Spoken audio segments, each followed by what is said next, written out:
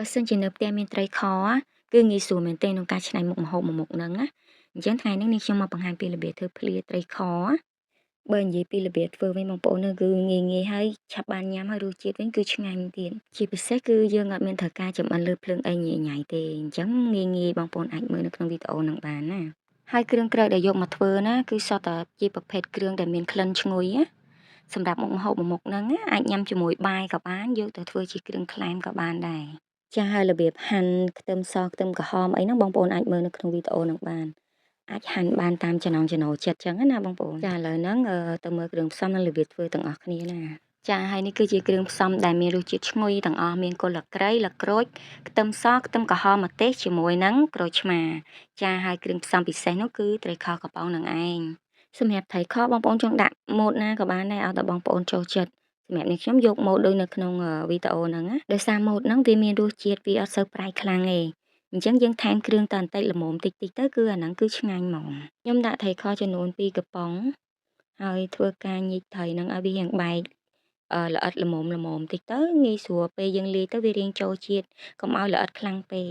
ហើយយើងចាក់ជាមួយនឹងគ្រឿងដែលយើងបានហាន់រួចហ្នឹងបន្ទាប់មកយើងលាយជាមួយនឹងទឹកត្រី2ស្លាបព្រាស្ករស1ស្លាបព្រាហើយនិងប៊ីចេងសម្រាប់ក្រូចឆ្មាវិញគឺខ្ញុំដាក់ចំនួន1ផ្លែអញ្ចឹងសម្រាប់បងប្អូនចូលចិត្តជូរខ្លាំងអាចដាក់1ផ្លែកន្លះអីបានអញ្ចឹងណាហើយធ្វើការច្បល់ត្រីខនឹងទាំងអស់ចូលគ្នាទៅ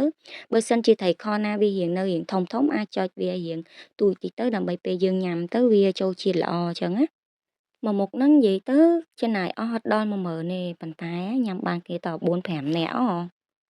បានមុខម្ហូបឆ្ងាញ់ញ៉ាំបានគ្នាច្រើនទៀតនិយាយទៅសេវលុយមែនតែនហ្មងចាហើយចុងក្រោយហ្នឹងដាក់ជាមួយជីរណាហើយនឹងល្ខ្ទឹមទៅហើយបើបងប្អូនមានជាមួយនឹងជីវ៉ាន់ស៊ុយអាចអេដជាមួយនឹងជីវ៉ាន់ស៊ុយបន្ថែមទៀតចឹងណាកុំភ្លេចភ្លក្សរសជាតិបន្ថែមផងបើស្ទើរជូរអីបងប្អូនអាចដាក់ក្រូចឆ្មាបន្ថែមណាបងប្អូនតែប៉ុណ្្នឹងជាការស្រេចហើយបន្ទាប់ជាមួយលក់ដែលបងប្អូនចូលចិត្តទៅស្ពៃបូកគោឬក៏ត្រសក់ឬក៏មានជាមួយនឹងជីអាចញ៉ាំបន្ទាប់ជីទៀតក៏បានដែរ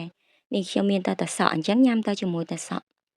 បើរនឹកម្ហូបធ្វើអត់ឃើញកុំភ្លេចមួយមុខហ្នឹងណាបងប្អូនភ្លាត្រីខកំប៉ុងធ្វើអស់លុយតិចហើយរសជាតិឆ្ងាញ់ទៀតចាអរគុណបងប្អូនទាំងអស់គ្នាសម្រាប់ការទស្សនាវីដេអូរបស់នាងខ្ញុំបើសិនជាចូលចិត្តកុំភ្លេច like comment និង share ទាំងអស់គ្នាផងណាជម្រាបលា